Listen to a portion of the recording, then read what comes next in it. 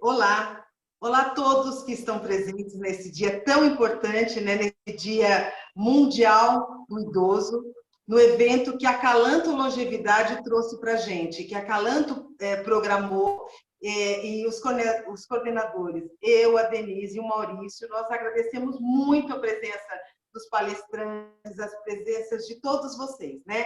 Então, nós vamos pedir agora que as pessoas desliguem os áudios, né, para que a gente consiga ouvir os palestrantes de alguma forma melhor, e depois nós vamos abrir para perguntas, tem um chat para mandar perguntas para a gente, né?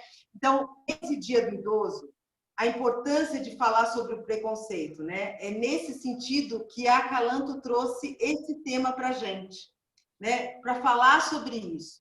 São pessoas de currículos maravilhosos, né?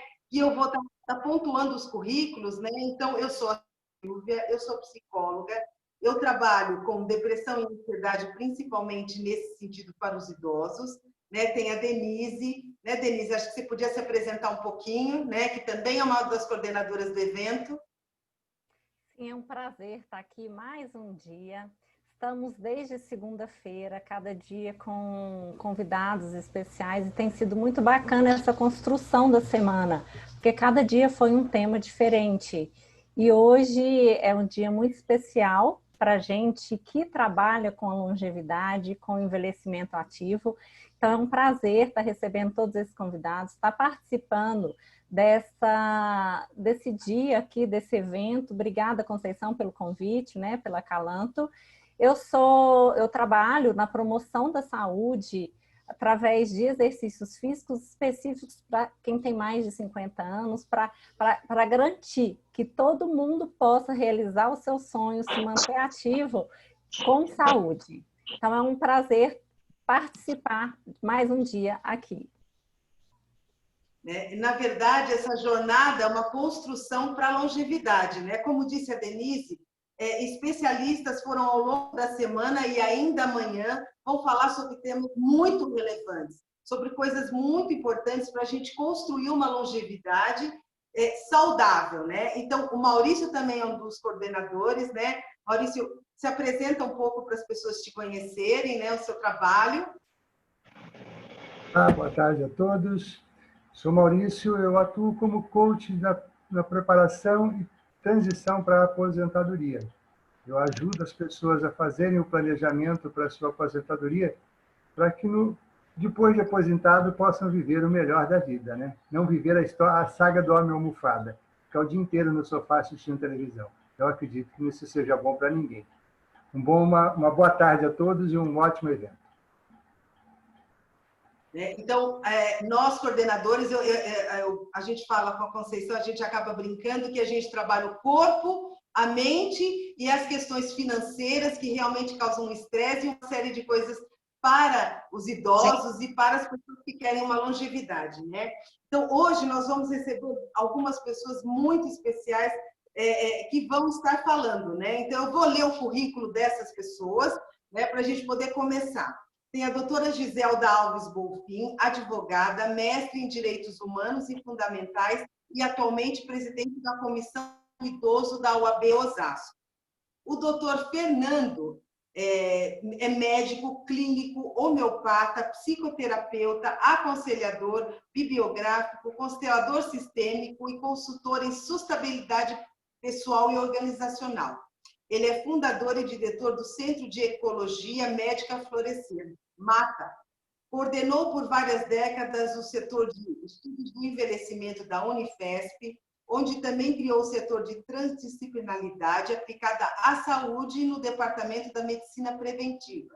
Atende pessoas e empresas sob a ótica da medicina integrativa, né?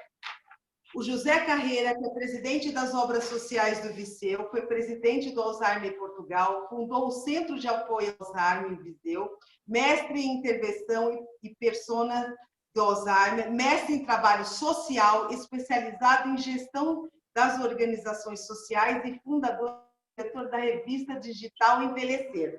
Já agradecendo todo o apoio que a revista Envelhecer deu a esse evento.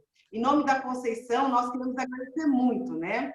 Um outro convidado que também vai falar é o Fabrício Oliveira, psicólogo, terapeuta exclusivo de idosos, gerontologista, presidente da Rede Social de Direitos Humanos para Envelhecer Ativo e Saudável, professor de pós-graduação, mestrando em gerontologia, pesquisador da área de envelhecimento, congressista, palestrante, colaborador da revista Envelhecer, facilitador de cursos de psicoestimulação cognitiva e motora em várias redes de comunicação. Tem um canal do YouTube e vem nos acompanhando ao longo dessa semana, né?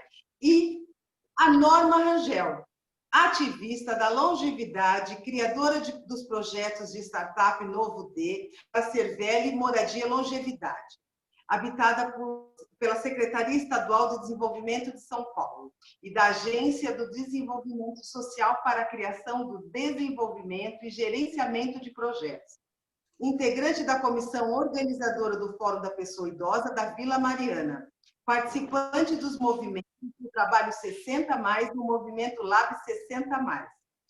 Profissional multidisciplinar, criadora de desenvolvimento de produtos. Então, como nós podemos observar, são currículos muito bons para falar desse tema, né? Então, a Acalanto trouxe pessoas para conversar nesse dia, que é o dia tão especial, que é o Dia do Idoso, para falar essa questão do idadismo, né? E a pergunta para a gente começar é: o que vocês entendem por idadismo?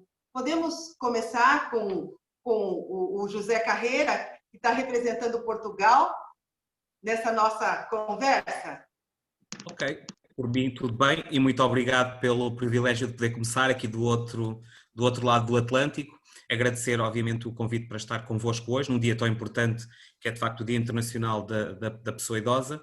E idadismo, no fundo, tem que ver com a questão relacionada com o preconceito em relação à idade e que não só em relação à pessoa idosa, mas, obviamente, nós integramos este conceito como o preconceito e os estereótipos associados à idade e que, no caso da Europa, e de Portugal também em concreto, não deixa de ser paradoxal que nós tanto lutamos para ter uma esperança média de vida elevada, e obviamente a esperança média de vida na Europa e em Portugal em concreto é muito elevada, mas depois, curiosamente, aquilo que foi um benefício e que resulta efetivamente das melhorias da qualidade de vida das pessoas, parece que se está a reverter aqui num desafio, e que se fosse um desafio positivo, muito bem, mas não, parece que é um desafio negativo, ou seja, em que as pessoas olham para a comunidade olha para a pessoa idosa com alguma desconfiança, com algum preconceito,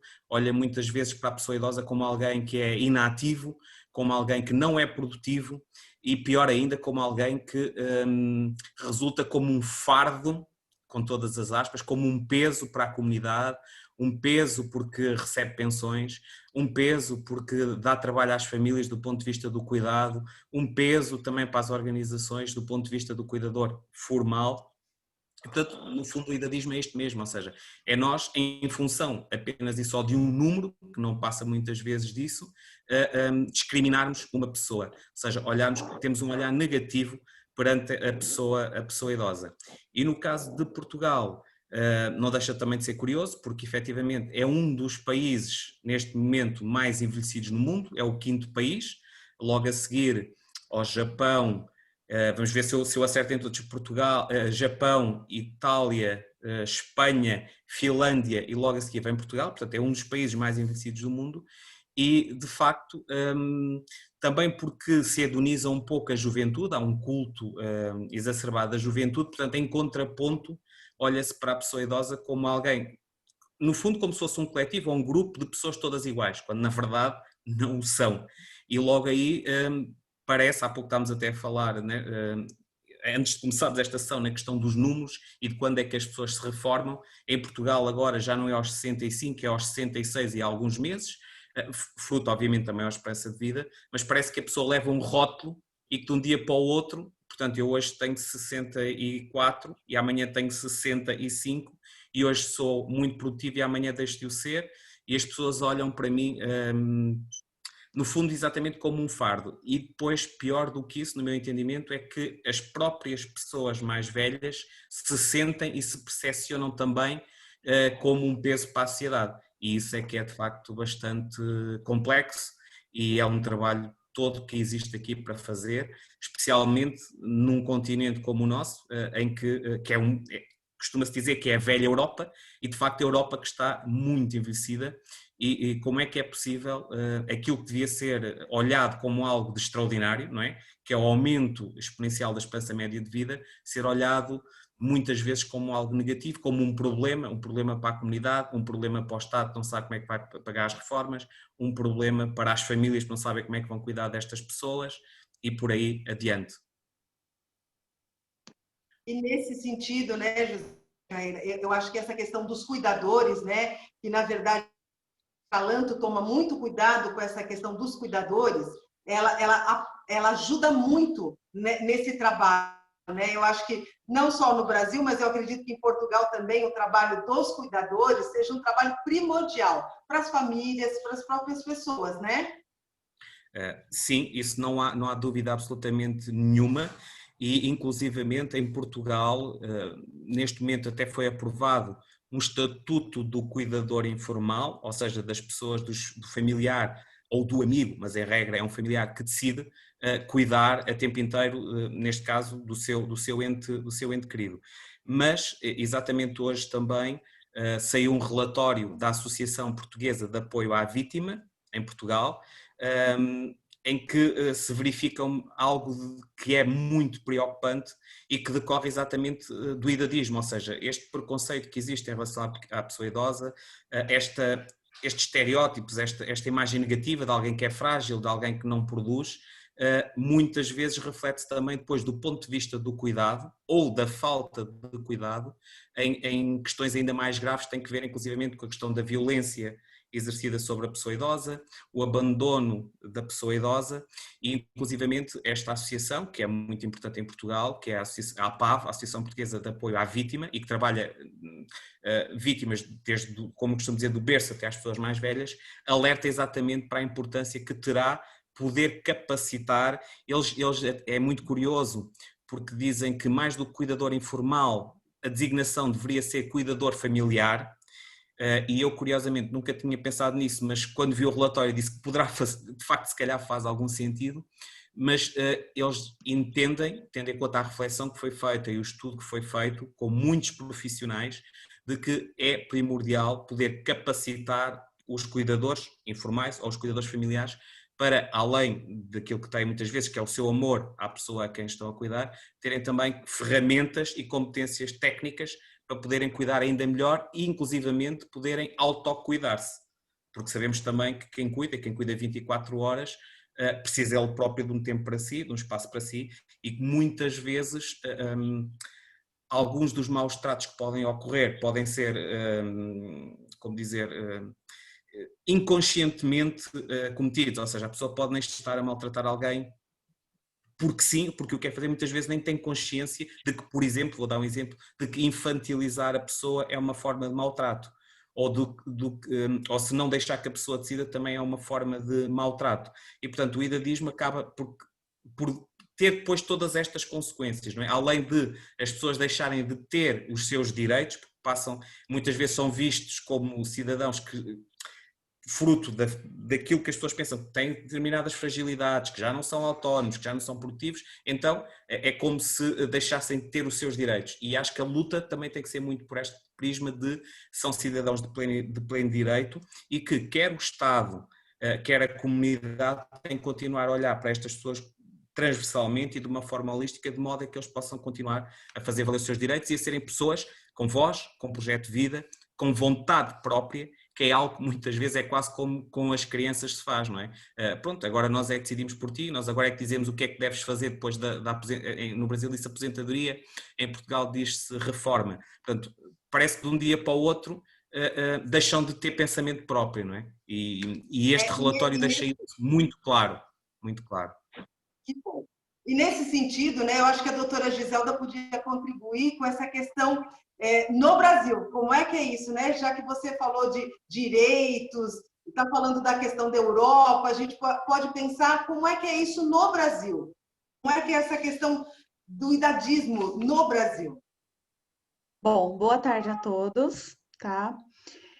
No Brasil, nós temos a idade idosa a partir dos 60 anos, né? Então, o idoso, pelo Estatuto do Idoso, é considerado todas as pessoas que atingem 60 anos ou mais.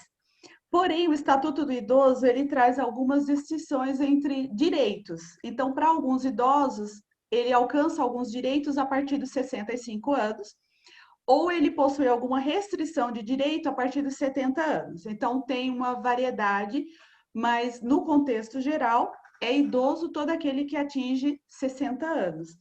E nós temos o Estatuto do Idoso, que é uma lei vigente desde 2003. Essa legislação, ela prevê a tipificação da conduta penal para aqueles que cometem qualquer tipo de preconceito contra a pessoa idosa em decorrência da idade. E assim, como em outros países, o Brasil é um país que não valoriza, eu digo que nós enfrentamos uma dificuldade muito grande em conscientizar os jovens ou os futuros idosos ao respeito da pessoa idosa. E eu vejo o seguinte, é comum ouvirmos durante um diálogo que as pessoas têm medo de envelhecer. E tem medo de ser idoso. Por quê? Porque ele acha que o idoso tem que ser uma pessoa acamada, que o idoso não terá respeito perante a sociedade. Em parte, tudo isso é correto. Porém, nós devemos valorizar cada dia mais que atingir 60 anos não significa inapto nem para o trabalho, nem para a vida sexual e nem para a felicidade. Porque muitas pessoas alcança a felicidade quando ela chega à idade idosa, quando ela atinge 60 anos. Seja porque ela trabalhou a vida inteira e ela conseguiu uma estabilidade financeira e ela vai desfrutar desses benefícios, seja porque viveu uma vida infeliz e muitas vezes em um casamento infeliz. Isso acontece muito com as mulheres que são submissas, que vivem uma relação abusiva e chega na idade idosa, ela acaba, de certa forma, se libertando e ela vai viver a felicidade. Então, nós temos no nosso ordenamento jurídico o crime, está tipificado no Estatuto do Idoso, no artigo 89.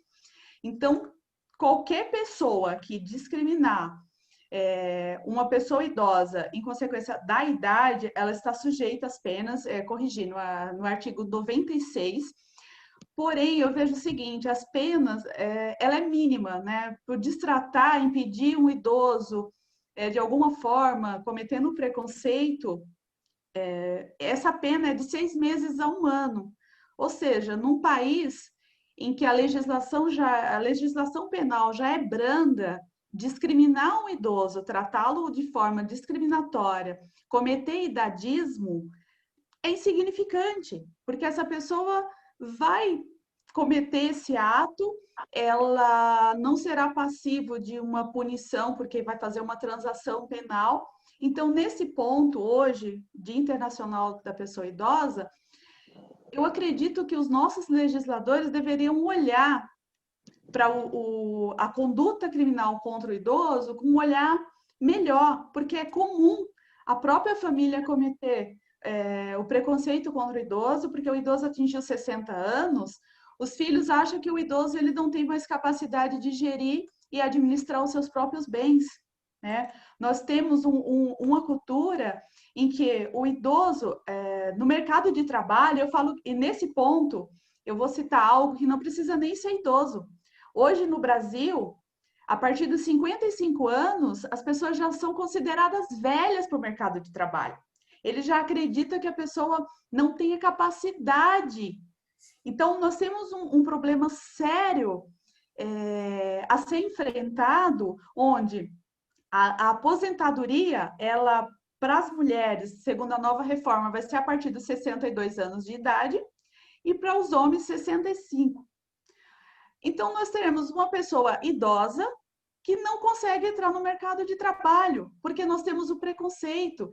E esse preconceito, muitas vezes, nós não conseguimos provar. Porque numa entrevista de emprego, é óbvio que o jovem terá a vaga e o idoso será descartado toda a sua experiência. E esse idoso ele vai ficar à margem da sociedade, porque ele não vai conseguir trazer renda para alimentar-se e para alimentar a família. Então, nós vivemos no Brasil, sim, uma questão de idadismo, assim como o Brasil, ele é um país que é muito preconceituoso em diversos setores, mas hoje nós vamos falar da pessoa idosa, porque hoje é o dia do idoso, então nós temos sim o idadismo, e ele se apresenta em diversos setores, seja no mercado de trabalho, na fila do banco, onde as pessoas acham que o idoso tem uma preferência no banco, que isso é um favor que está fazendo. Não é um favor. Esse idoso, ele teve a vida inteira dele dedicada a uma sociedade, então ele ter uma preferência não é um favor que nós estamos fazendo, é respeito. Então, para conscientizar a questão do idadismo e evitar que as futuras gerações sofram ainda mais do que a atual, nós devemos conscientizar os jovens, as crianças, trabalhar desde a pré-escola para que eles respeitem, porque o idoso de hoje é o jovem que deu certo. Nós vivemos um país com extremo preconceito e falta de valorização. Então, no Brasil, nós temos uma legislação que criminaliza essa conduta de quem praticar qualquer tipo de preconceito contra a pessoa idosa. Porém, a pena, ela é uma pena muito branda, é uma pena que será aplicada uma transação penal, ou seja, esquece, não terá cadeia. Ela só vai sofrer um processo penal e a sua conduta será moralmente reprovada, porém, legalmente, ela não vai ter uma punição devida. Aquela que fala, não cometa idadismo que você será punido. Então, eu acho que é essa a mensagem que eu posso trazer. O que você trouxe é muito importante para essa questão da cultura, né? Então, nesse sentido, os conselhos são super importantes, né? Eu acho que o Fabrício, que pode falar essa questão da atuação dos conselhos na conscientização, nessa questão do idadismo, né, Fabrício? Como é que os conselhos participam? Como é que nós podemos organizar? Ou como é a organização de tudo isso? Oi. Obrigado a Conceição, a Acalanto, pelo esse convite. Engraçado, eu estava refletindo um pouco antes de começar a participação do José Carreiras, né? Nessa importância que eu fiz entre a ponte da Conceição conhecer o José Carreiras através de mim, que a gente se conhece há muito tempo, e ela foi tão feliz em escolher esse tema, porque foi meu artigo da revista Envelhecer, que foi lançado agora, né? Eu falando do idadismo na pandemia. Eu acho, ela adivinhou, né, que o meu artigo da revista Envelhecer desse mês, que foi lançado agora, eu falo sobre idadismo diante da pandemia, porque foi muito complicado, mas primeiro falando dos conselhos. Então, qual o papel do conselho do idoso? É fiscalizar, promover eventos, né? Fiscalizar instituições de longa permanência, promover eventos em relação ao idoso, procurar, né, trazer qualidade e promoção aos idosos daquela cidade que o conselho atua. Na questão de denúncia, aí o conselho já encaminha para a promotoria do idoso. Aqui no Brasil, a gente tem a promotoria do idoso em cada região, que já faz esse trabalho, que encaminha. É tão complicado, isso que a doutora Giselda estava falando, é tão complicado a lei aqui. Vai para a promotoria, ela encaminha para os CRAS, o CRAS vai à casa do idoso quando dá tempo, se não der tempo não vai, às vezes chega lá, o idoso já tem até morrido, quando o CRAS chega lá, porque o CRAS já tem toda aquela demanda dos serviços dele. Era para a promotoria ter gente especializada em fazer isso, e não o CRAS fazer isso, entendeu? Eu tenho esse olhar. E uma questão do estatuto, a gente está vendo aí a briga racial, né, em questões dos negros, né, que dá cadeia, mas ainda tem preconceito. Imagina o idoso que não dá cadeia, né? Imagina o coitado do idoso. Se o preconceito racial entre negros é preconceito da cadeia, e o idoso que é só aquela coisinha leve, entendeu? Eu fiz agora 3 vídeos para as minhas redes sociais.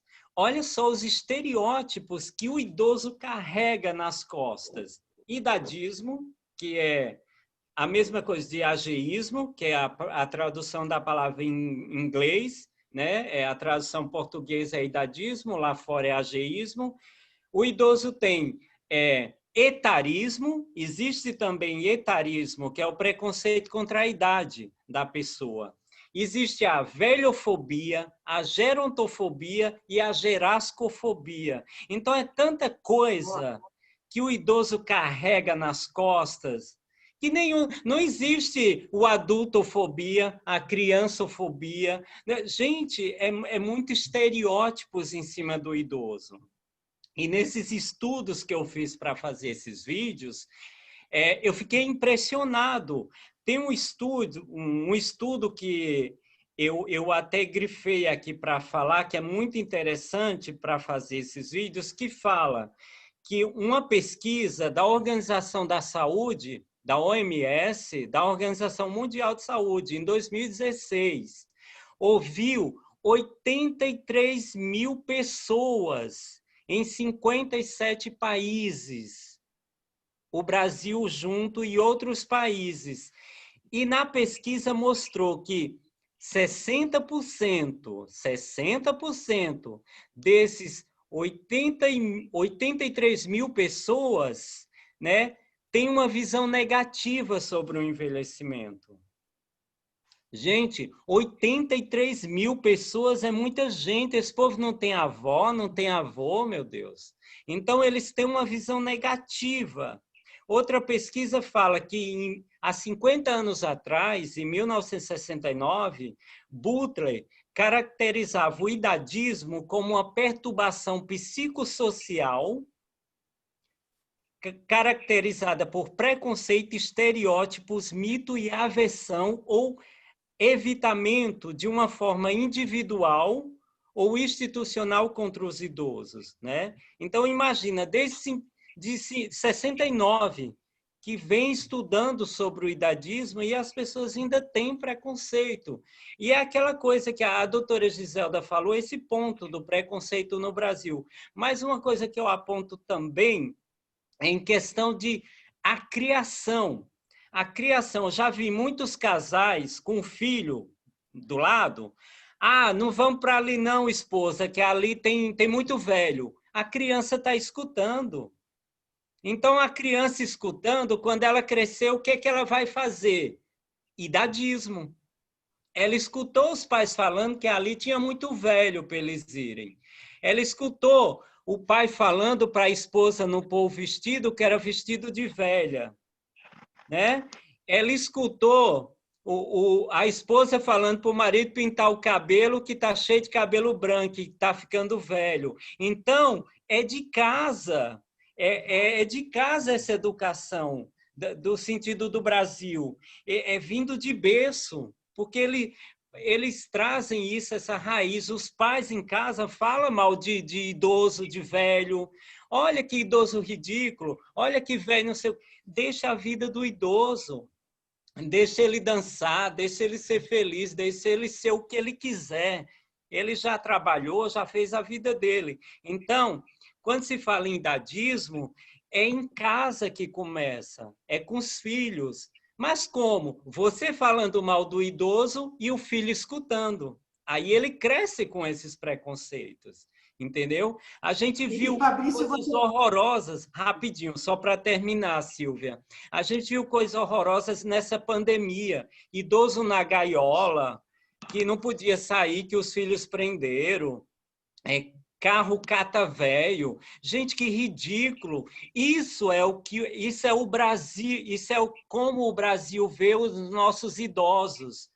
Como cata-velho, como prende em gaiola para não sair, como velho assanhado. Essa é a visão do Brasil com o envelhecimento, que tinha que ser valorizado, que são histórias para nós, e não idadismo. E você pontuou uma coisa importantíssima, Fabrício, que é justamente isso, né? Mudar essa questão toda, né? Como é que a gente pode fazer? Mas existem pessoas que já estão mudando essa história, né, Norma? Não existem pessoas que estão mostrando que a questão da idade é diferente, é uma pessoa ativa, não é verdade, Norma? É exatamente isso que eu acho que a gente precisa mudar. Na verdade, o que a gente precisa é mudar de uma cultura de envelhecimento para uma cultura da longevidade. Tudo que foi dito até agora, o idadismo, é fato, é real. Eu mesmo já sofri muito dele, né? Já entrei em geriatra, que olhou para mim e fez o idadismo ao contrário. Ele disse para mim assim, você sabe que você não vai ser atendida aqui porque você não tem perfil. Então, se você vai a um geriatra e a gente entende que um geriatra é o médico que vai nos ajudar a envelhecer melhor, né? Como é, ou nos preparar para que a gente tenha um envelhecimento sadio e ativo, e posteriormente o doutor Fernando pode falar sobre isso, porque ele é campeão nessa área, né? O que se espera do outro. Mas o que eu entendo é assim, primeiro, é verdade, a gente tem mesmo um grande idadismo, um grande etarismo, porque tínhamos uma cultura de envelhecimento. Há muito pouco tempo atrás, as pessoas morriam, estou falando de 25 anos atrás, né? A média de vida era de 56 anos de idade. Hoje nós já estamos em quase 80, né? 75,4, se não me engano. E, na realidade, a expectativa está muito maior. É muito comum a gente assistir e ouvir e receber convites para ir na festa de 100 anos, né? Da prima, da mãe, da irmã, da tia, enfim, para o vizinho que fez 100 anos. E o que está acontecendo é que a minha geração, que é a geração Baby Boomer, que ganhou 30 anos a ver com saneamento, enfim, com vacinas, com uma qualidade, né, de medicina que avançou muito. Mas o fato é que nós ganhamos 30 anos. E ao ganharmos 30 anos, essa geração, que sou eu, né, a geração Baby Boomer, a geração pós-guerra, que foi a primeira geração que também criou o conceito de jovem, que não existia, ou a pessoa era criança, né? Ou era adulto ou era velho, não tinha o jovem no meio do caminho, né? E essa geração que trouxe muita coisa boa, que trouxe emancipação feminina, que trouxe pílula, que trouxe mulher no trabalho, e que também trouxe outras coisas que não tão boas foram assim, mas que criou muitos estereótipos, é a primeira geração que está envelhecendo. Mesmo, né, que vai chegar e fácil aos 80 anos, nós estamos aos 60, 65, né, 70, ou trabalhando, e eu trabalho, inclusive, com carteira assinada, gente, não é trabalho de CNPJ, né? Ou estão nos seus empreendimentos com uma saúde que permite isso. Eu brinco dizendo que essa nossa geração é a geração farol nas costas. A gente não sabe para onde está indo. Nós estamos abrindo um caminho, com certeza, né? Mas nós vamos deixar o caminho iluminado para quem vem atrás e que faça desse caminho melhor. Qual é a solução? Eu acredito muito no exemplo. Eu acho que as pessoas seguem exemplos, né? Ou olham para exemplos. Então, a forma como nós vamos envelhecer é que vai ditar com segurança como vocês serão tratados. E aí entra o caminho da intergeracionalidade, no meu ver, né? É muito importante, o que o Fabrício falou é um fato, a gente precisa levar para as crianças que elas também vão envelhecer e que só tem uma opção, ou envelhece ou morre, né? E a melhor maneira de envelhecer é vivendo. Ou seja, quanto melhor a gente viver, quanto mais, de forma mais sadia, mais ativa, mais digna e com algum propósito, melhor será. Né? E precisamos preparar isso desde cedo. E aí eu acredito muito na intergeracionalidade. Acho que na medida que nós, eu digo a minha geração que está envelhecendo, os baby boomers, vai dizendo para os mais jovens, olha, não fale de mim, a não ser que seja comigo e para mim, porque isso é outra coisa que eu tenho visto muito, né? Todo mundo falando de envelhecimento, mas é o envelhecimento de hoje ou é o envelhecimento do idoso que está incapacitado? Acho que o que a gente tem que fazer nesse momento é, primeiro, atender e ajudar a quem de alguma forma envelheceu sem ter condições de envelhecer de uma forma boa, que perdeu ou independência ou autonomia, seja por que motivo for. Então, a importância dos cuidadores é gigante, gigante. Hoje, a maioria dos cuidadores, inclusive, como disse o Dr. Kalash, diz muito bem, são mulheres idosas, muitas vezes, né? Ou seja, gente que está com mais de 60 anos de idade, mas que está super bem, que está super ativa e que está carregando tudo isso. Então, nós temos que mesmo levar para os mais jovens, através deles e com eles, um exemplo, e acho que uma boa maneira de fazer isto, né, sempre que a gente tiver oportunidade, é chamar a atenção e perguntar: você gostaria de ser tratado assim?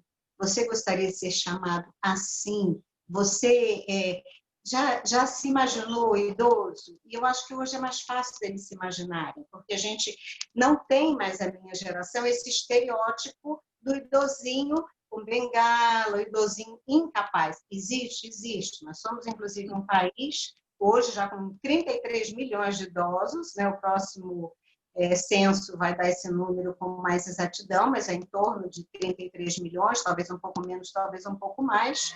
E nós somos um país de baixa renda. Então, 80% dessas pessoas vivem com um salário mínimo. E não pensem que eles são dependentes da família. Na nossa realidade, é até bem ao contrário. 25% dessa população sustenta uma família, ou porque o filho está desempregado, ou porque a filha é mãe solteira, ou porque ele é o único que naquele momento tem algum rendimento dentro de casa. Então, eu acho que temos que mudar mesmo, mas não é um processo simples, não é fácil, mas eu fico muito feliz, primeiro, que eu vejo muita gente envolvida, muita gente, não é pouca, né? Tem muito movimento acontecendo, tem muita política pública em andamento, e eu acho que a questão, inclusive, do envelhecimento é como acessibilidade, tem muita coisa, resta saber para quem e como vamos utilizá-lo. Então, a presença da doutora Giselda, que é algo que eu, como ativista, já levantei há algum tempo, da importância, não só dos médicos, dos geriatras, dos psicólogos, mas dos advogados, para fazer valer não só o direito do idoso, mas que como esse idoso agora ele está super ativo, né? Esse novo idoso, esse idoso da minha geração, como é que a gente lida com algumas questões que são jurídicas e são em relacionamentos empresariais? E é fato, eu sou ativa, eu estou no mercado, eu sou da área comercial, eu lido com muita gente, com muita empresa. Então, é isso. Então, assim, Norma, acho maravilhoso tudo isso e necessário. Só para finalizar, eu acho que a Calanto trouxe e colocou uma questão muito importante, né? A maneira como esse seminário está sendo conduzido, ainda que seja voltado para os cuidadores, a diversidade de assuntos e de pessoas envolvidas é muito rica, né? Eu me sinto honrada, né, de estar presente, de estar participando e poder, de alguma maneira, representar o lugar de fala distinto do idoso, porque todos podem falar do envelhecimento. Quem fala melhor do que o próprio idoso, independentemente de qualquer condição socioeconômica ou cultural. É isso. Norma, sua fala trouxe toda essa questão da preocupação da Calanto, falando da longevidade, né, em todos os aspectos do médico, aspectos da alimentação, como pontuou a Denise, do exercício, do Maurício. Cada tema foi colocado nesse sentido para a construção dessa longevidade, né? E agora eu acho que o doutor Fernando pode conversar como é que a gente constrói essa questão, como é que essa questão do idadismo, da longevidade saudável, como é que é isso, doutor Fernando? Como é que a gente constrói isso para quebrar essa cultura, né? Mudar essa cultura? Boa tarde. Antes de mais nada, muito obrigado pela oportunidade de estar aqui com vocês. Não sei, Silvia, não sei se eu tenho a sua resposta assim tão completa, mas de qualquer forma, assim, o que a vida, eu não sei se vocês sabem, eu acompanhei a criação do setor de estudos do envelhecimento da Unifesp e o coordenei por cerca de 20 anos, nos quais a gente acompanhou inicialmente 1.670 idosos que foram recenseados na Vila Clementino, e eu sublinho, né, esse aspecto de ser recenseado, porque é muito diferente você fazer uma pesquisa com pessoas que você busca na sua casa e fazer pesquisa com pessoas que se voluntarizam, né? Por exemplo, em São Mateus, no bairro de São Mateus, no Hospital Geral de São Mateus, em 2009, nós fizemos um ensaio clínico com meditação em 140 idosos residentes em São Mateus, que obviamente eram voluntários, né? Porque não existe meditação injetável. Então, as pessoas tinham que se voluntariar para fazer parte da pesquisa. Foi um sucesso, depois posso falar um pouco dele. Mas nessa pesquisa epidemiológica, lá no bairro da Vila Clementino, foi muito importante esse processo, porque a gente, batendo nas portas, a gente encontrou idosos saudáveis. E é curioso, porque o idoso saudável é tão raro que ele não faz parte das estatísticas. Então, por exemplo, quando o Episono, né, que também foi uma pesquisa realizada pelo Instituto do Sono da Unifesp, alguns anos, acho que por volta dos anos 2000, mais ou menos, talvez mais, não me lembro direito, mas que foi uma pesquisa que selecionou aleatoriamente 1.000 representantes da população da cidade de São Paulo. Então, essa pesquisa conclui que o sono do idoso é um sono deficiente, é um sono picado, e atribui isso à idade. E quando a gente bate na porta e tem a sorte de encontrar idosos saudáveis, a gente vê que o idoso saudável dorme bem. Então, vem aquela questão, Tostines vende mais porque é fresquinho, é fresquinho porque vende mais. Né? Então, será que o sono da maioria dos idosos está corrompido porque nós vivemos numa sociedade que desgasta a vida? E já vou explicar como isso se dá. Ou será que, de fato, fisiologicamente, todo idoso vai ter um sono pior? Eu, pessoalmente, não tenho como provar isso que eu estou falando, mas a experiência clínica é que as pessoas que mantêm o seu sono reparador, sabem fazer isso, né? Elas mantêm saúde. E o oposto disso também é verdadeiro. A principal, digamos, evidência que a gente obteve dessa pesquisa com 1.670 idosos é de que o principal fator corrosivo da capacidade funcional do idoso, principalmente em dois aspectos que são os principais, que é cognição e motricidade, né? Então, a pessoa eu brinco que às vezes a pessoa tem consciência de que precisa fazer xixi, mas tem que fazer na fralda porque não consegue sair da cama. E o outro consegue sair da cama, mas não sabe se precisa fazer xixi ou não precisa fazer xixi. Então, esses são os dois pontos assim, mais graves, né, em termos de perdas funcionais na maturidade. E elas acontecem porque as doenças crônicas vão corroendo essa funcionalidade. E essa foi uma das principais descobertas dessa pesquisa que a gente fez, e foi uma das primeiras no mundo.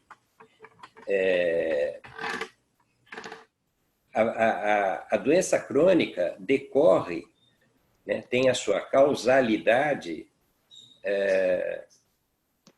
ligada ao estilo de vida. 80% da causalidade das doenças crônicas, no geral, varia um pouquinho de uma para outra, é estilo de vida. Então, não é genética, não é condição socioeconômica, é estilo de vida, é como eu decido viver minha vida. E isso envolve sabedoria, isso envolve centramento, isso envolve viver bem a vida.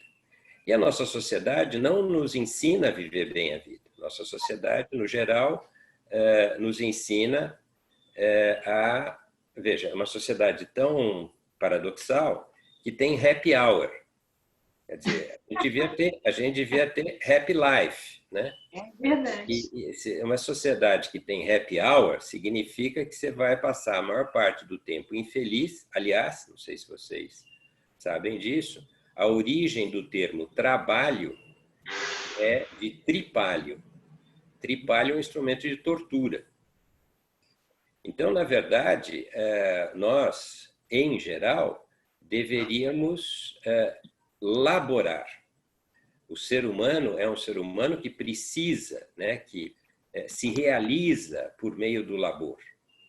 Mas o trabalho, quanto mais alienado for, mais gera doença. E eu trabalho bastante no mundo executivo, é assustador, é triste e assustador como as pessoas estão cada vez mais precocemente chegando em burnout. Nossa. E por quê? E o que é um burnout? Né? O termo em inglês, to burn, que é queimar, uma pessoa em burnout é como uma lâmpada queimada. O que a gente faz com uma lâmpada queimada? Aqueles mais conscientes ainda reciclam, né? Mas assim, não serve mais para nada. E, infelizmente, esse é o fato. As pessoas que entram em burnout estão fora do mercado de trabalho. E hoje a gente vê pessoas entrando em burnout com 35, com 40 anos. Meu Deus. Então, assim, nós estamos, na verdade, vivendo numa sociedade tão absurda que demandou um coronavírus. Né? Não sei se vocês já pensaram, mas o que é um vírus? Né? Então, primeiro, vírus não é um ser vivo. Né? Vírus, a melhor analogia que a gente pode fazer é que vírus é um pendrive. Ele é um pacotinho de informação. Então, se eu estou andando na calçada e acho um pendrive, que pode ter todo o segredo da Casa Branca, ele não é nada até que ele seja conectado à porta USB de um computador e possa ser aberto. Então, toda vez que a vida é desrespeitada além do limite, surgem vírus que dão pandemias. Então, se vocês observarem, a gripe suína, que nasce das condições absolutamente inaceitáveis com as quais nós criamos suínos. Gripe aviária, que nasce das condições absolutamente inaceitáveis com as quais a gente cria aves para abate. Atual, né? O coronavírus, nasce de animais silvestres, assim, brutalmente aprisionados para alimentação. Então, todas as vezes que a gente desrespeita a vida, as células vivas desrespeitadas emitem um panfleto para o mundo. Fala, gente, vocês precisam saber o que está acontecendo aqui. E isso se chama vírus. Então, o coronavírus nada mais é do que um panfleto que está dizendo, olha, esse jeito de viver não vai dar certo. Não dá para continuar assim. Então, Diga, pensando Silvia. nisso, doutor Fernando, né?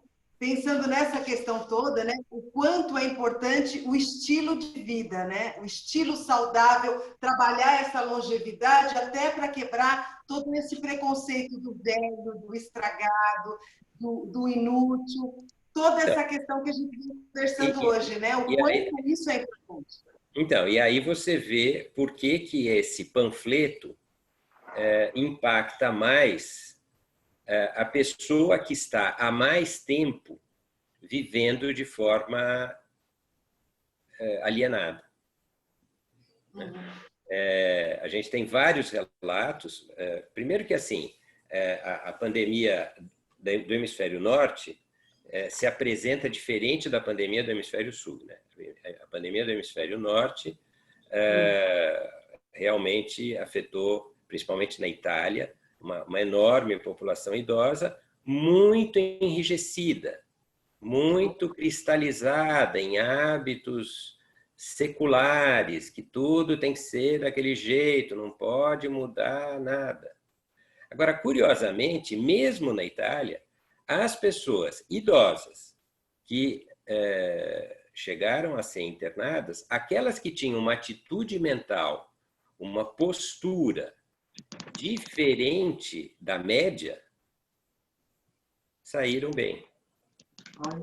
Então, a questão está em como nós vamos viver daqui para frente. Porque está demonstrado, está claro, está óbvio que esse jeito que a gente está vivendo causa burnout, causa sofrimento, causa, acho que a pior consequência, idosos totalmente alienados do seu propósito espiritual de vida. Então, hoje, na nossa atuação clínica, um tópico fundamental no tratamento das pessoas maduras é resgate o seu propósito de vida. E aí a única coisa que a gente faz é instrumentar essas pessoas para que elas sejam capazes de resgatar o seu propósito de vida. Mas a pessoa, e a gente demonstrou isso nesse ensaio de São Mateus, eram pessoas vivendo em condições de vulnerabilidade socioeconômica tremenda, né? E, à medida que começaram a meditar, foram se transformando nas várias dimensões, na dimensão supramental, mental, vital, metabólica e física. E perderam a necessidade de ter doenças crônicas. Eles deixaram de ser hipertensos, diabéticos, deprimidos, insones, obesos, etc. Por quê? Porque ao meditar, só concluindo, porque ao meditar, eles resgataram o propósito da vida, mudaram a sua forma de encarar o cotidiano, e isso possibilitou a eles não precisar mais da doença crônica. Pronto, acabei.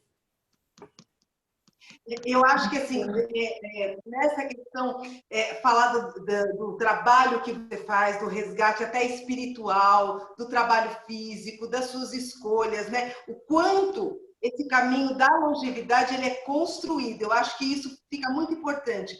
Construindo um caminho da longevidade saudável, eu acho que também é uma maneira, né, de você quebrar com essa cultura do velho que é doente e que não é uma pessoa ativa, de que sofrendo de determinadas coisas, ele não participa da sociedade, né? Eu acho que nesse sentido, quando a Acalanto pensou nesse evento, né, agradecer a Conceição por tudo isso que ela acabou construindo, ela pensou nessa longevidade, nessa construção, falou sobre as doenças crônicas, sobre atividade física, sobre a questão da aposentadoria, que o Maurício traz super bem, que a Denise fala dessa questão toda do aspecto físico, de como você ter longevidade, como você ter vitalidade, né? Como você ser uma pessoa ativa, né? Pensando nessas questões todas, teve uma pergunta para a doutora Giselda falando assim, como é que nós defendemos os idosos, como é que a gente defende os idosos, como é que a gente faz isso na prática, né? Como é que a gente procura a lei, como é que a gente, percebendo que alguém está sofrendo algum preconceito no Brasil, como é que a gente faz? Como é que a gente trabalha isso? Bom, como bem o doutor Fabrício falou, nós temos no Brasil diversos órgãos que cuidam da pessoa idosa e que fiscaliza a proteção, né, e a efetivação do Estatuto do Idoso. Eu vou falar um pouco da nossa cidade de Osasco, tá? Eu estou em Osasco, então eu vou falar daqui. Em Osasco, nós temos também uma promotoria do idoso, nós temos os CRAS, nós temos o Conselho Municipal do Idoso, que é bem atuante, e nós temos a Delegacia Especializada do Idoso, tá? Então, aqui em Osasco, nós temos uma delegacia especializada para apurar e processar os crimes contra a pessoa idosa. E nessa delegacia, nós também temos um trabalho social, que é a orientação jurídica. Então, alguns idosos que têm alguma necessidade que não é criminal, né, que são necessidades, eles buscam orientação sobre a vida civil, sobre problemas com a família, e ali nós temos uma equipe de advogados, que é a Comissão do Idoso, da OAB de Osasco. Então, nas quartas-feiras, não agora, porque devido à pandemia e porque os idosos estão no grupo de risco, estão suspensos esses atendimentos, mas a delegacia está atuando.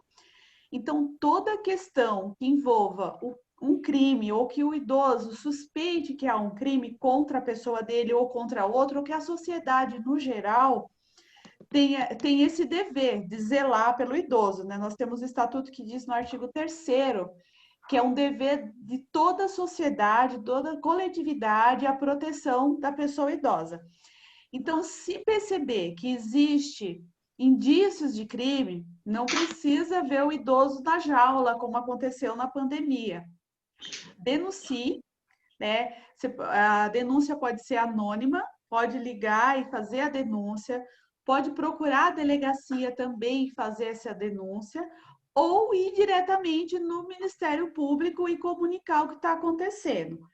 Então, através da denúncia. Eu identifiquei também na pergunta dela, que ela fez uma pergunta o seguinte: como que o idoso lida com a questão de envelhecer, do envelhecimento, e ter esse autocontrole sobre a vida dele? Porque a questão hoje, vou ser breve, mas eu vou falar o seguinte: realmente nós temos pessoas idosas que não têm problema nenhum de saúde. São pessoas aptas, são pessoas ativas, são pessoas que estão no mercado de trabalho, são pessoas que participam da vida e que não têm nenhum problema de saúde, nada, zero. E diga-se, essas pessoas, atualmente, eu conheço pessoas que têm 80 anos, que têm 85, 90 anos e têm toda a mobilidade.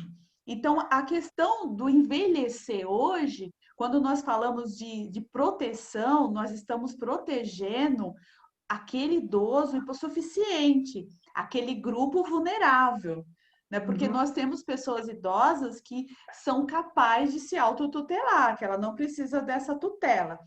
Então, pelo que eu entendi também da questão que foi colocada pela Norma, eu espero que eu esteja respondendo, Norma, senão você pode me procurar depois, pede meu contato, que a gente pode trocar essas informações. O idoso no Brasil, a idade não é um fator de impedimento, tá?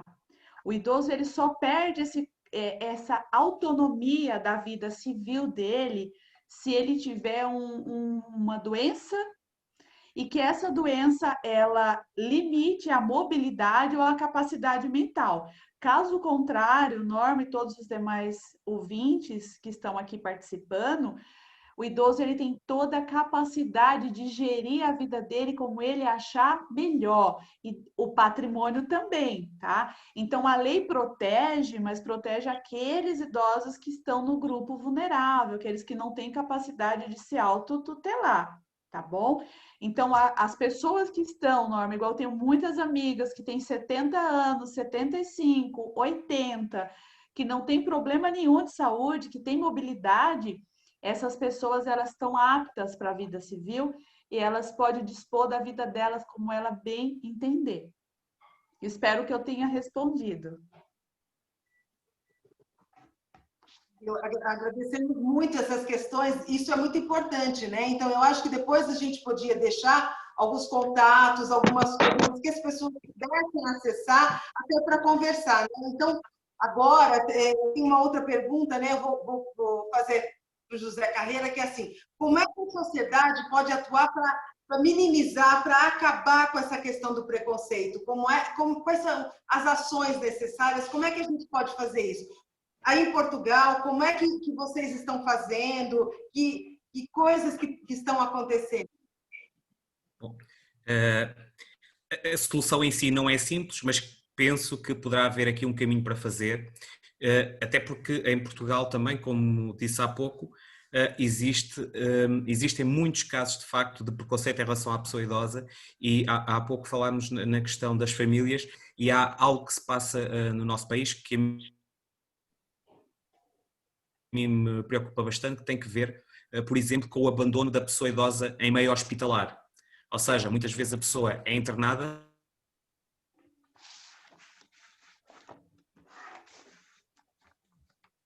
Eu acho que o áudio do José Carreira está... Né? Nós estamos passando um pouquinho do tempo. Tem alguém que precisa sair? Doutora Giselda, tudo bem? Ficar um pouco mais. Norma, tudo bem? Fabrício, tudo bem? Eu consigo ficar com vocês só mais uns 20 minutos, porque eu tenho uma reunião e é até bacana de saber com a Fundação Dom Cabral, com um projeto muito interessante, viu, doutor Fernando?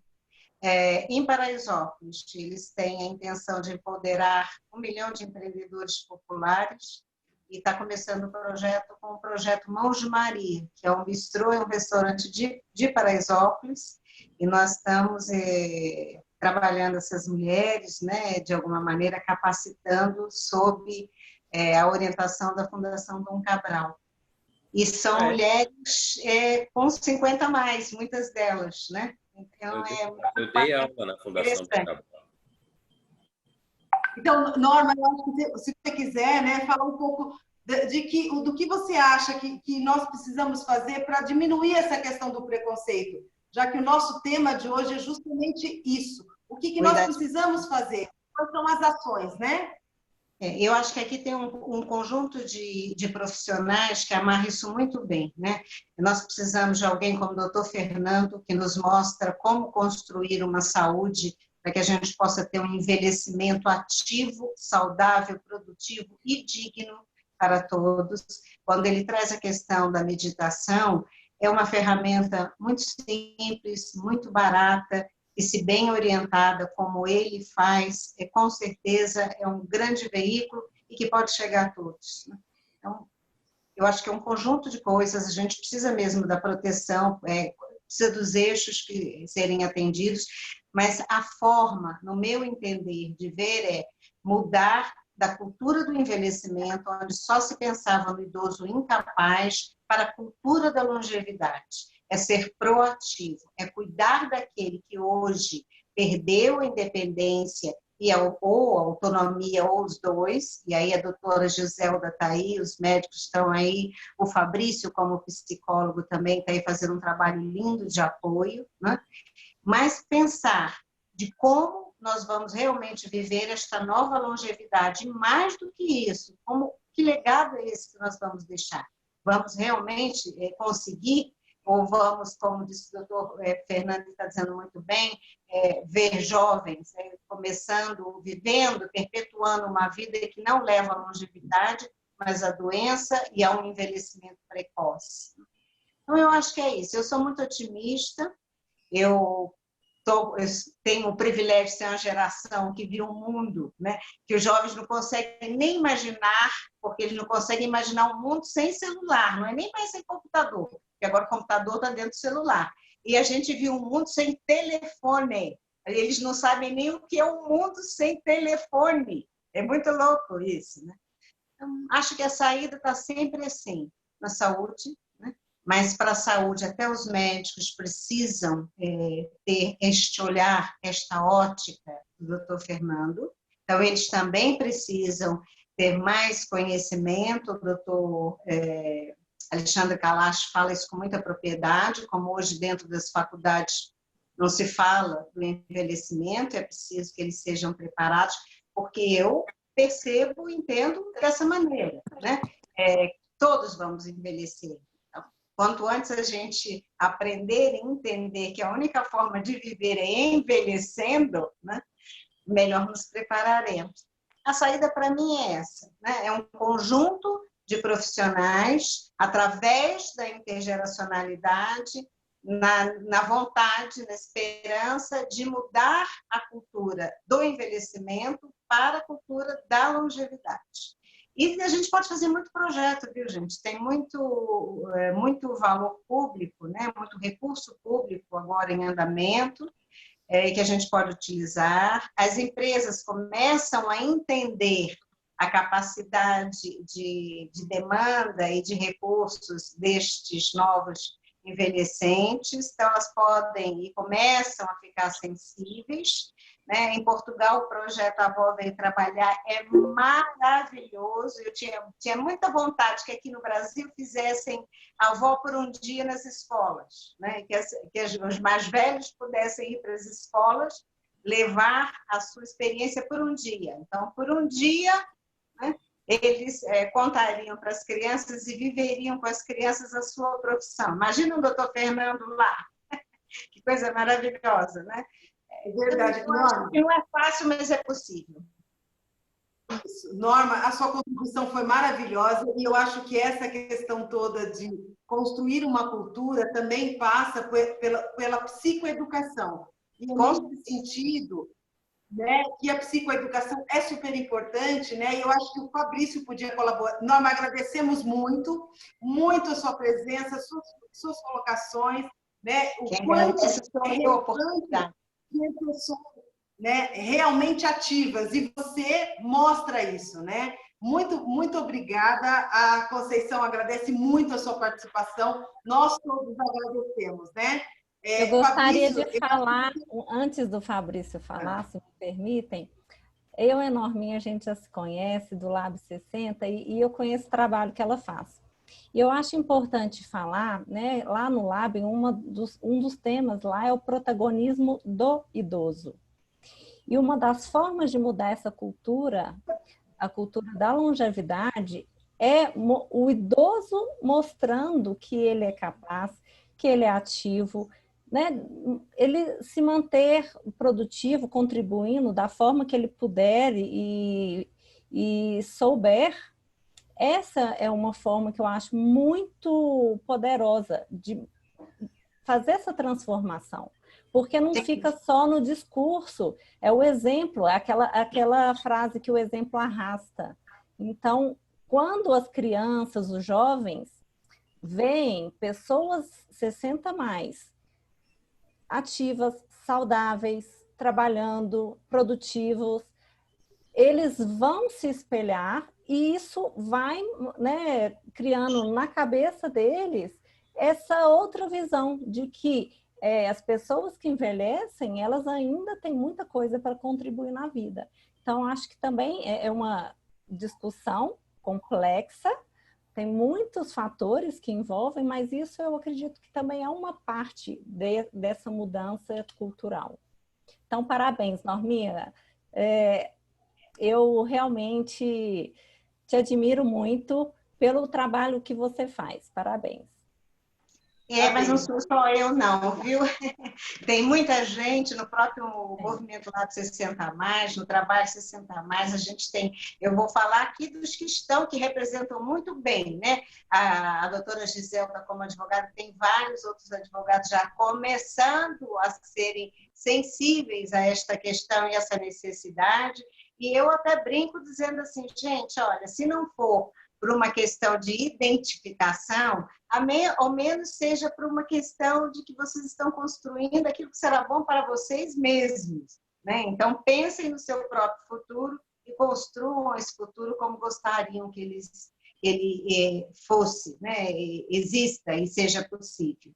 E alguém como o Fabrício, acho que aqui nós estamos muito bem representados, né, nessa busca. A própria revista, né, quando a gente, em Portugal tem tanta coisa bonita, eles têm uma história, eles têm uma experiência, essa comunicação é muito necessária, e não esquecendo que nós somos a geração de travessia, né? Ou seja, eu represento o novo idoso, com certeza, como eu, muitos têm. E não pense que a gente não tem os nossos problemas. Envelhecer não é fácil, gente. Não pensem que é fácil, que não é. Principalmente para uma mulher, né? Numa cultura no Brasil, onde se tem ainda uma cultura muito grande de corpo, né? Onde se tem uma cultura de juventude muito forte. mas nós estamos na transição, então estamos bem, a nossa geração baby boomer, acredito que com auxílio de médicos como o Dr. Fernando, de psicólogos como o Fabrício, de advogados como a doutora Giselda, a gente chegue lá muito bem, mas existe hoje idosos que não estão tão bem. E também tem um outro fator que precisa ser levado em consideração e que precisa ser muito preparado, esses cuidadores. A gente pode ser incapacitado a qualquer momento. A qualquer momento, independentemente da idade. Nada impede que a gente sofra um acidente ou que aconteça uma intercorrência qualquer. E a idade, aí realmente não vai propiciar que a gente tenha uma recuperação tão boa quanto um jovem. E vamos precisar de ajuda. E essa ajuda, do jeito que a Acalanto faz, do jeito que a Conceição se propõe, né, que é com respeito, com aconchego, com carinho, ela é fundamental. Então, nós estamos assim, como se estivéssemos no meio do mar, com o pé em cada barco, né, equilibrando para que a gente chegue, né, no porto seguro, e lembrando de que vamos precisar de ajuda de todos, né? Eu sempre digo isso, não falem dos idosos, falem com e para, né?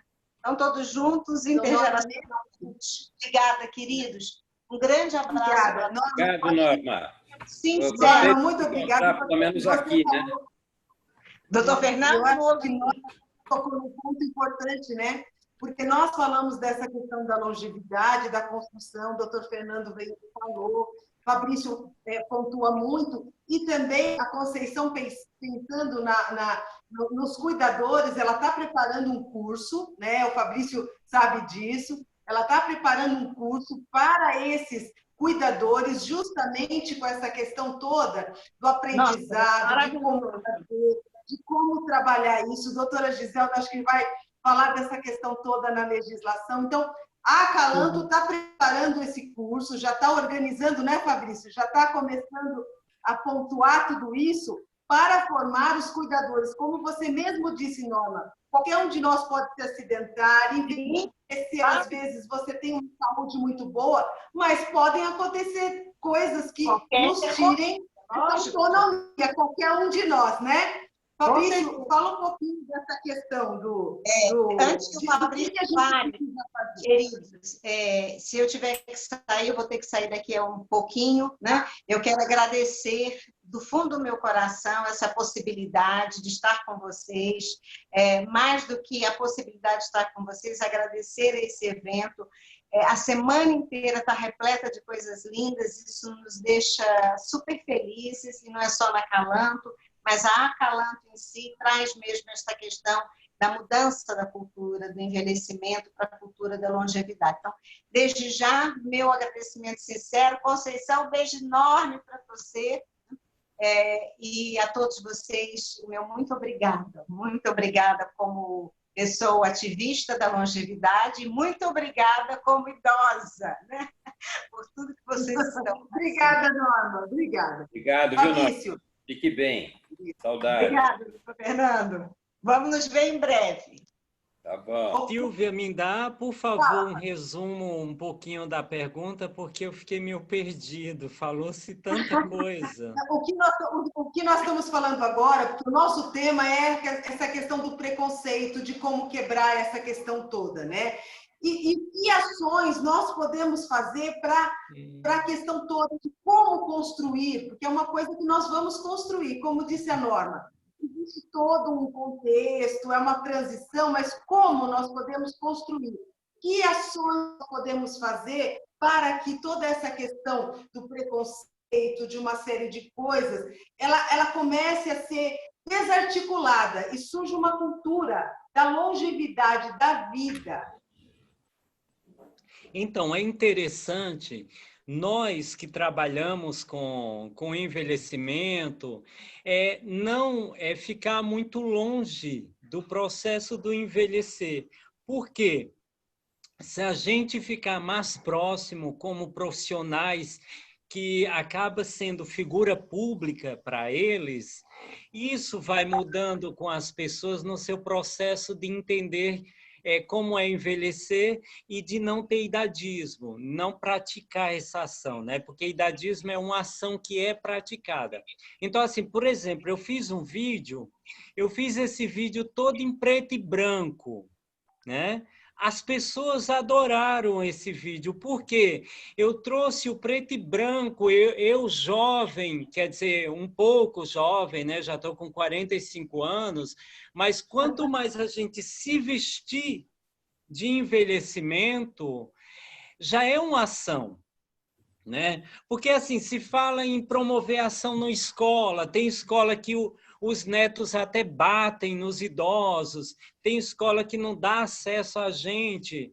A doutora Giselda sabe muito dessas questões, que tem escola que não abre as portas para a gente falar sobre envelhecimento, para ter esse processo intergeracional.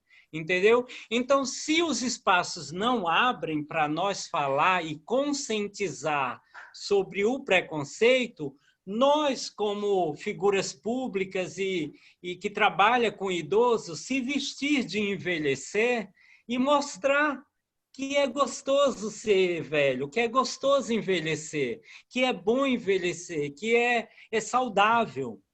Entendeu? Então, eu acho que a primeira ação de todas é nós abraçar esse envelhecimento, se vestir de envelhecer, né? Ser um velho no bom sentido, né? Para que as pessoas nos vejam e comecem a olhar o envelhecimento de uma outra forma, mais romântica, mais bonita, mais legal, e não com esses estereótipos que se leva a idoso triste, doente, morrendo em cama, acamado, acabado. Então, cada vez que a gente se vestir e envelhecer, é uma ação que nós mesmos estamos nos propondo para abrir esse leque sobre o envelhecimento.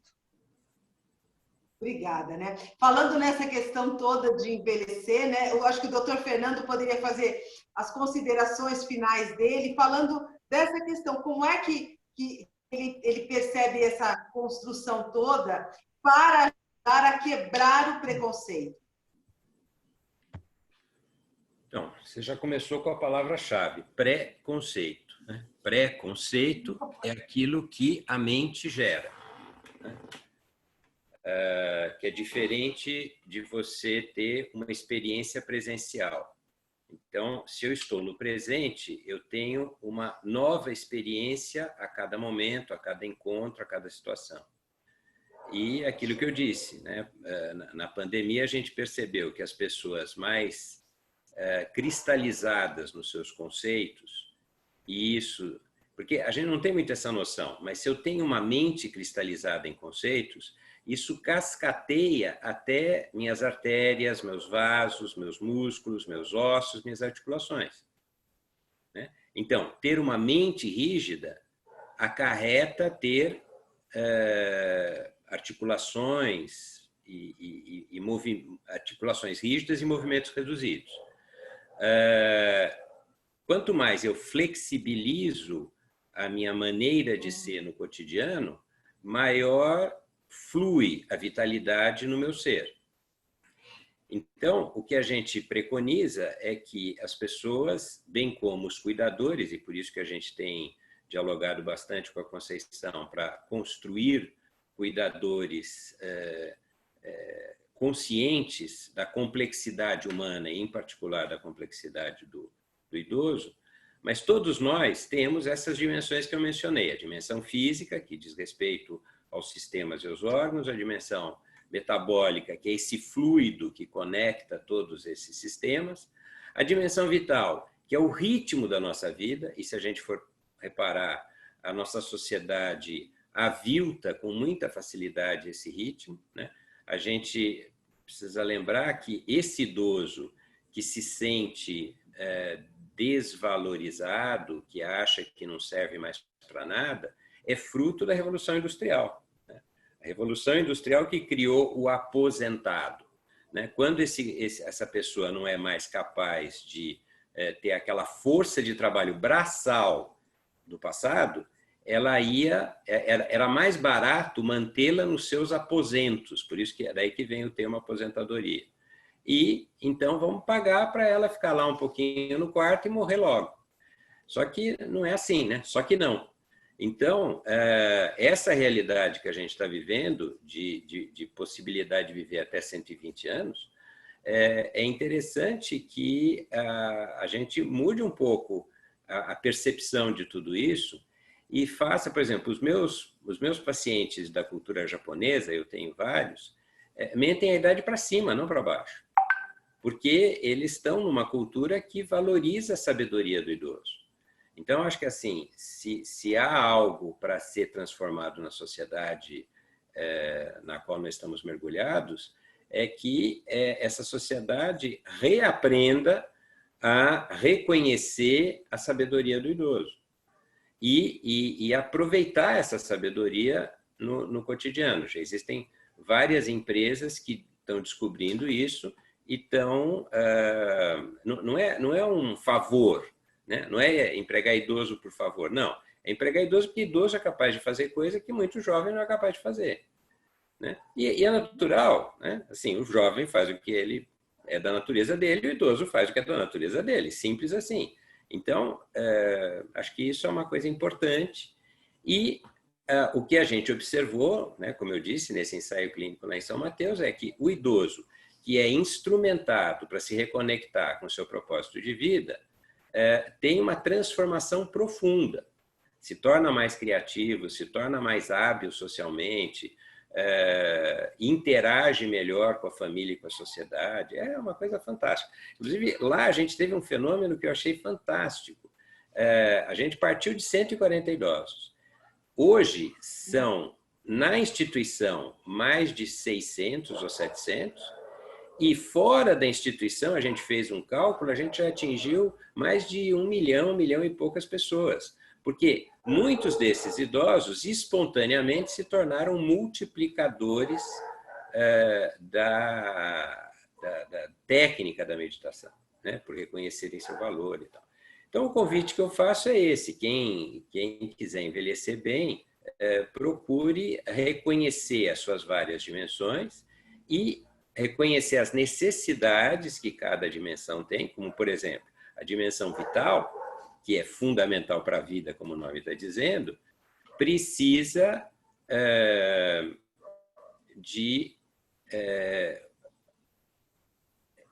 precisa de sono reparador. Resumindo, eu ia falar mais, mas precisa de sono reparador. Então,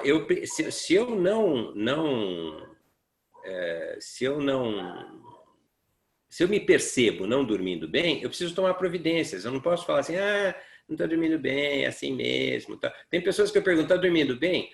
Durmo bem. Me descreve. Eu acordo umas 4 vezes à noite para fazer xixi, não sei o que. Não, isso não é dormir bem. Então, eu preciso, né, assumir responsabilidade por isso e mudar aquilo que precisa ser mudado na minha vida para que eu possa ter, pelo menos, sono reparador. Então, doutor Fernando, eu acho que essa construção da saúde, né? Eu sou psicóloga e eu concordo com essa construção da saúde, né? Construção da saúde mental, com a flexibilidade. A questão da meditação, né? Eu acho que ela é muito importante porque ela traz a pessoa para o presente. E nós precisamos viver a idade que realmente estamos ali no momento presente. Muitas vezes a gente acaba vivendo no passado, vivendo no futuro. O quanto é importante a meditação, a espiritualidade, o cuidado com a saúde, a alimentação, todas essas questões neurológicas que o Fabrício fala, quanto é importante você ter conhecimento dos seus direitos, né? Então, agradecemos muito a sua participação e eu sei que você já está em conversa com a Conceição para montar um curso para esses cuidadores e para as pessoas interessadas em realmente fazer com que as pessoas sejam capacitadas para lidar com essas situações. E até para essa cultura da saúde nos próprios pacientes, né? Porque você ter um cuidador não significa que você não vai ter mais autonomia. E eu acho que é isso tudo que a Conceição pensa muito, né? Em como ajudar as pessoas a viverem melhor, a ter uma longevidade com qualidade. Muito obrigada, doutor Fernando, né? O José Carreira voltou. Muito obrigado. José Carreira voltou. Nós agradecemos muito. José Carreira voltou para finalizar, para falar sobre essa questão do que nós podemos fazer para construir uma cultura de cuidado com as pessoas, como é que é isso, o que ele pensa, ele faz uma revista falando para as pessoas sobre isso, como é que é isso? Sim, eu peço desculpa porque a minha chamada aqui caiu, que a internet nem sempre está boa, mas parece-me que faz sentido pensarmos aqui em duas lógicas. Uma que é dar visibilidade à pessoa idosa e dar uma visibilidade positiva.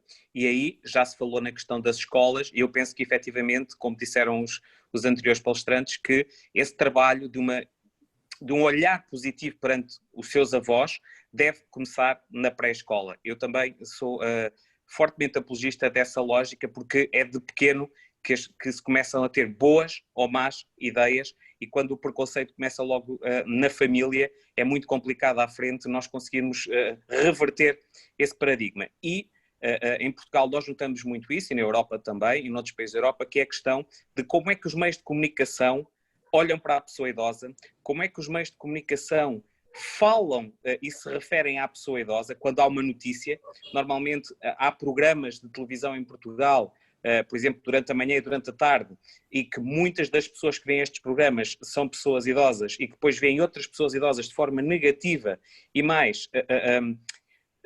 tudo aquilo que lhes é dedicado é muito depressivo. Mesmo esses programas que são dedicados a essa faixa etária são programas que trazem não saúde, mas sim doença, ou seja, em que são relatadas questões relacionadas com a doença e, como disse o Dr. Fernando há pouco, durante esta pandemia, quem tem uma atitude positiva, obviamente, sai melhor da pandemia, enquanto que as pessoas já se percepcionam como um fardo, como eu comecei por dizer no início da minha intervenção, a própria sociedade, os meios de comunicação social as veem também dessa maneira e, por exemplo, no caso da publicidade, vemos que são sempre, ou quase sempre jovens, que estão na publicidade, porque efetivamente há uma espécie de uma sociedade hedonista e um culto à juventude. Portanto, eu acho que devemos trabalhar para dar uma visibilidade positiva das pessoas mais velhas, porque efetivamente têm muito para dar à nossa comunidade, independentemente das primaveras que já festejaram. E depois, acho que há um outro ponto que deve ser trabalhado, que tem que ver com a própria capacitação da pessoa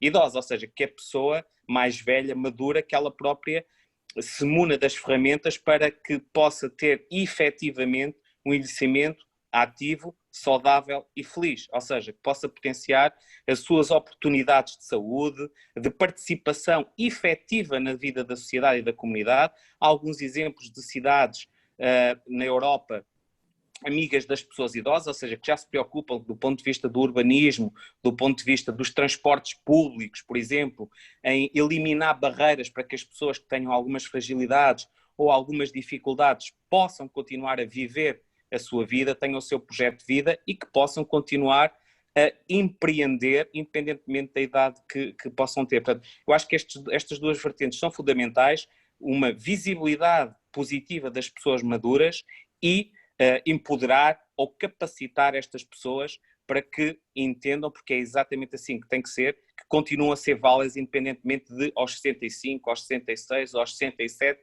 alguém lhes dizer por decreto que já se devem aposentar ou que, inclusivamente, que já não são capazes de. Até porque temos uma questão, e voltando aos cuidadores, que é um foco da Acalanto, e para mim também é algo muito importante, na Europa há uma questão já muito preocupante do ponto de vista dos cuidadores. Em primeiro lugar, há também a feminização do cuidado, porque efetivamente uma boa parte das pessoas que cuida são são mulheres, e são elas também muitas vezes mulheres já idosas. E inclusivamente há quem fale já até não do precariado, mas do cuidatoriado, ou seja, afinal de contas, que direitos é que estas pessoas que decidem cuidar dos seus entes queridos têm? Neste caso, que direitos não têm? E passa-se ainda um outro problema na Europa e que tem vindo a ser encontrada a solução do ponto de vista, por exemplo, da imigração, que é quando falamos de cuidadores profissionais, há cada vez mais uma escassez de pessoas que se queiram dedicar profissionalmente ao cuidado por dois motivos essenciais. O primeiro, porque é socialmente desvalorizada esta profissão e logo muito mal paga. E depois, porque tem de facto, é muito exigente do ponto de vista físico e emocional. E há também essa preocupação que devemos ter, que é equilibrar o cuidado com o trabalho e também com a vida familiar. E muitas pessoas têm que fazer esta ginástica constantemente, com custos também para as próprias pessoas. E, portanto, implica pensarmos nestas duas pessoas, que é a pessoa cuidada e o cuidador. E se ainda me permitir chamar a atenção aqui para uma questão ainda relacionada com o idadismo e com a pandemia, que também já foi falado, esta pandemia trouxe, no fundo, aí sim deu visibilidade ao idadismo, ao maltrato e algum desconhecimento e alguma invisibilidade que a pessoa idosa tinha. E eu dou 3 exemplos que até reuni aqui, que são exemplos até... Um é um exemplo português, um é um exemplo europeu e outro é um exemplo americano do preconceito em relação à pessoa idosa. No caso europeu, a Presidente da própria Comissão Europeia, a senhora Ursula von der Leyen, chegou a considerar a hipótese de as pessoas consideradas idosas terem que ficar isoladas até ao final do ano 2020. Ou seja, com o único critério, a idade. Não o seu estado clínico, não o seu índice de fragilidade, a idade. Como é possível? Imaginemos que eu tenho 65 anos e não posso sair de casa. E a minha esposa tem 64 e pode sair de casa. Quer dizer, é um pouco absurdo de como se olha para a questão da idade apenas e só como um número. Depois, e ainda mais radical, o vice-governador do Texas, nos Estados Unidos, disse, e vou passar a ler, que é para não me enganar, porque é de tal forma absurdo, que diz o seguinte: os velhos norte-americanos estão dispostos a morrer para salvar a economia do país. Meu Deus, onde é que nós estamos? Como é que alguém diz isto? Mas, e para não dar só exemplos de outros países, vou dar também um exemplo português, que me deixou perplexo, porque é uma pessoa porque eu tenho muita consideração, que foi Presidente da República em Portugal, que é o General Ramalhianes, que disse o seguinte: nós, os velhos, vamos ser os primeiros a dar o exemplo. Não saímos de casa, recorremos sistematicamente aos cuidados que nos são dados e indicados, e quando chegarmos ao hospital, se for necessário, oferecemos o nosso ventilador ao homem que tem mulheres e filhos. E, de facto, coloca-se um peso e um preconceito e um estereótipo enorme sobre a pessoa mais velha, que depois é muito difícil o próprio não se rever nesse espelho que lhe colocam à frente, que não é o dele. E por isso eu acho que, efetivamente, para podermos construir uma comunidade amiga das pessoas idosas, portanto, uma comunidade inclusiva e que nos possa ver a todos, independentemente da idade, como cidadãos de pleno direito, temos que trabalhar deste ponto de vista, que já percebemos que é difícil, por aquilo também que disse o Fabrício, que é a questão da intergeracionalidade e de uma cidadania da intergeracionalidade e uma cidadania do cuidado, porque, como disseram também há pouco, qualquer pessoa, independentemente da sua idade, pode necessitar de cuidados, inclusivamente nós, quando nascemos e quando fomos bebés, também precisamos de cuidado. E, portanto, penso que este é o caminho, e o caminho que a Acalanto está a trilhar, com as dificuldades que todos nós sabemos para se fazer este caminho, porque não é um caminho fácil de ser feito, porque não é uma coisa, como é que eu vou dizer, muito cool ou muito agradável, porque, como também já foi dito, falar das pessoas idosas é uma coisa que não agrada a muita gente, porque as pessoas têm horror, e existe uma fobia perante o envelhecimento e perante as pessoas idosas, mas penso que são seminários como este e participações como estas de pessoas com muitas visões e com uma visão interdisciplinar que aqui é passado, pode contribuir, de facto, para combater a discriminação da pessoa idosa e combater os exemplos de idadismo que estão todos os dias na televisão, no jornal, na nossa rua e muitas vezes até nas nossas famílias. E agradeço uma vez mais a participação e a oportunidade que me deram de poder colaborar convosco, a partir de Portugal. Nós é que agradecemos muito as suas palavras, né? E agradecemos muito a sua participação. E é o que você falou, né? A Acalanto tem essa preocupação da construção, né? E pensando nisso, né? Essa questão da legislação, de como é que nós podemos fazer, né, doutora Giselda, suas colocações finais, né, sobre esse dia de hoje, que é um dia tão importante, que é um dia de reconhecimento do idoso, mas que também é um dia de conscientização, que é um dia de luta mesmo para as pessoas idosas ou para as pessoas que estão caminhando para isso, ter um reconhecimento diferente. Bom, sem dúvida, o idadismo existe, ele está presente em todas as sociedades. Eu acredito que hoje no mundo não há nenhuma sociedade que não exista algum tipo de idadismo, algum tipo de preconceito com a pessoa idosa. Todas as ponderações das diversas áreas aqui, o doutor Fabrício, psicólogo, trouxe questões importantíssimas para o trabalho e lidar com o idoso, né? Como criar políticas e construir uma longevidade melhor, assim como o doutor Fernando também trouxe questões que estão relacionadas a um envelhecimento saudável, uma longevidade com qualidade de vida.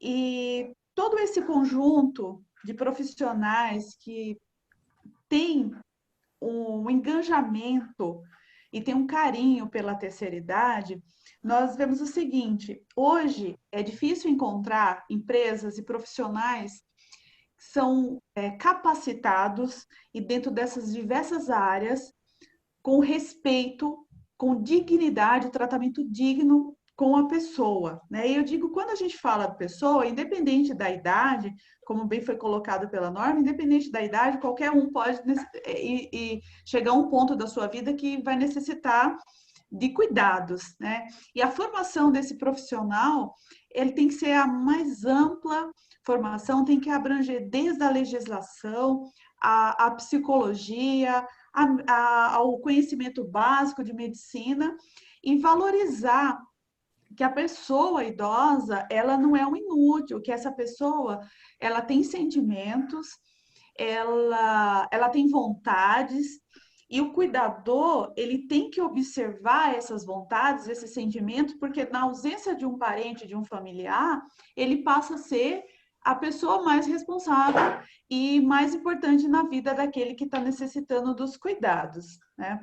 E eu, como profissional do direito, eu tenho um carinho enorme pela terceira idade, né? Eu quero envelhecer com qualidade, como o doutor Fernando bem falou, cada dia da minha vida é um passo que eu estou alcançando a chegar aos 60 anos ou mais.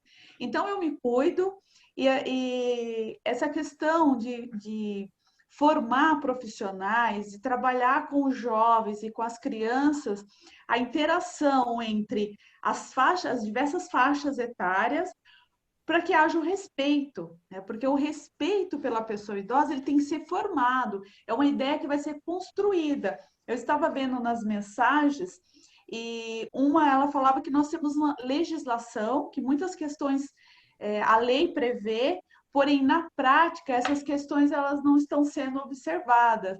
E falta políticas públicas.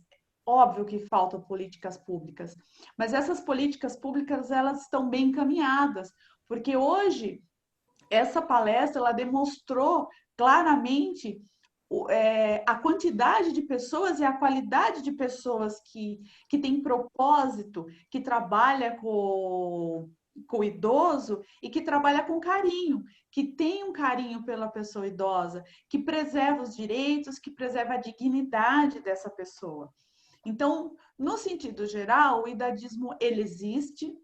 A idade, infelizmente, ainda é preconceito, ainda existe o preconceito com relação à idade, mas se cada um de nós nos conscientizarmos e lutarmos e criarmos, primeiramente, é individual, cada um tem que criar essa ideia de respeito pelo próximo, independente da idade. Eu acredito que as futuras gerações, o idadismo será menor, né? Então, essa cultura de respeito pelo ser humano, de respeito pela pessoa, ela tem que se fortalecer cada dia mais, doutora Silvia. Então, cada dia mais, nós precisamos de pessoas na sociedade, como os participantes que aqui estão, os profissionais que aqui estão, e precisamos de empresas, igual a Acalanto, que veja o trabalho dessa maneira também, que construa o profissional com esse carinho, né? Que veja a pessoa idosa ou qualquer outra pessoa com esse respeito e com essa dignidade, tá? Então, a minha mensagem é sempre trazendo que o direito, ele cria leis, mas o direito, ele não faz um cidadão. O cidadão, ele é construído com educação. São políticas públicas, educação familiar, educação nas escolas também, que formam o cidadão. Então, as crianças de hoje serão jovens de amanhã e, o futuro, e os futuros idosos. Então, são essas crianças que nós precisamos também levar essa ideia de respeito pela terceira idade, de respeito pelo ser humano, porque o direito em si, ele não vai criar a consciência. O direito, ele é punitivo. O direito, ele regulamenta a conduta, mas quem forma a personalidade é a educação, é através da educação, é através da família, como bem o doutor Fabrício colocou, que é a família não agindo de forma preconceituosa com a pessoa idosa, vai formar as crianças, sabe? Não evitando locais, o pai jamais falar para a mãe tirar uma roupa porque é de idosa, ou a mãe falando, não vou colocar essa roupa porque eu já sou idosa. É essa cultura que nós temos que mudar, né? E mudar para que o futuro não viva o idadismo, que infelizmente existe no nosso país. E eu agradeço, né? Eu quero agradecer a Acalanto Longevidade, quero agradecer a todos que estiveram nos ouvindo e estou à disposição. Qualquer dúvida, participação, eu tenho um carinho imenso por temas que envolvem a terceira idade. Eu tenho artigos também, igual o doutor Fabrício, né, que é sobre o amparo familiar, né, sobre o papel da família e a responsabilidade da família com a pessoa idosa. Então, eu estou à disposição e agradeço imensamente pelo convite, por poder participar dessa palestra de hoje. Obrigada. Olha, nós agradecemos muito, a Acalanto agradece muito, né? Nós agradecemos todas as pessoas que participaram desde a segunda-feira. Amanhã nós vamos falar longevidade no Brasil, né? A Denise, na coordenação também de todo esse projeto, o Maurício também, a Conceição que fez esse grande evento, que nos ajudou, e nós agradecemos muito a todas as pessoas que colaboraram, né? As pessoas que deram apoio, e entre as pessoas que deram apoio, agora, para finalizar, nós vamos assistir um vídeo de uma das pessoas que vem ajudando muito e colaborando e pensando também nessa questão das políticas públicas, que é o que a doutora Giselda falou. Todos nós contribuindo para que o futuro ele seja um futuro melhor para todos. Crianças, adolescentes, idosos, para as famílias. Que o vírus, como disse o doutor Fernando, nos ensine que muitas vezes as nossas ações é que determinam o nosso futuro. Muito obrigada a todos, né? Nós vamos colocar o vídeo. Esperamos todo mundo amanhã para a gente falar sobre o futuro da longevidade no Brasil.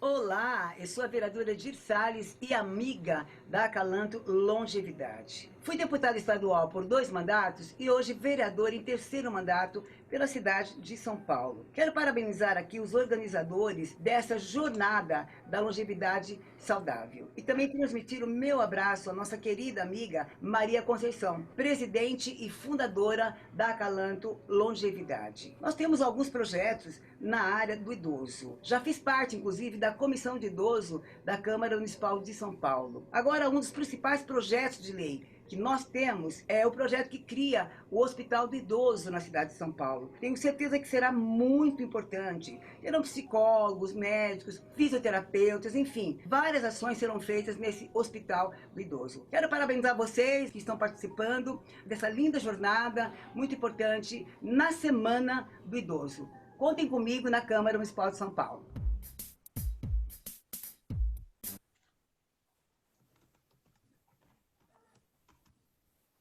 Tchau, pessoal. Boa noite, até amanhã. Boa noite.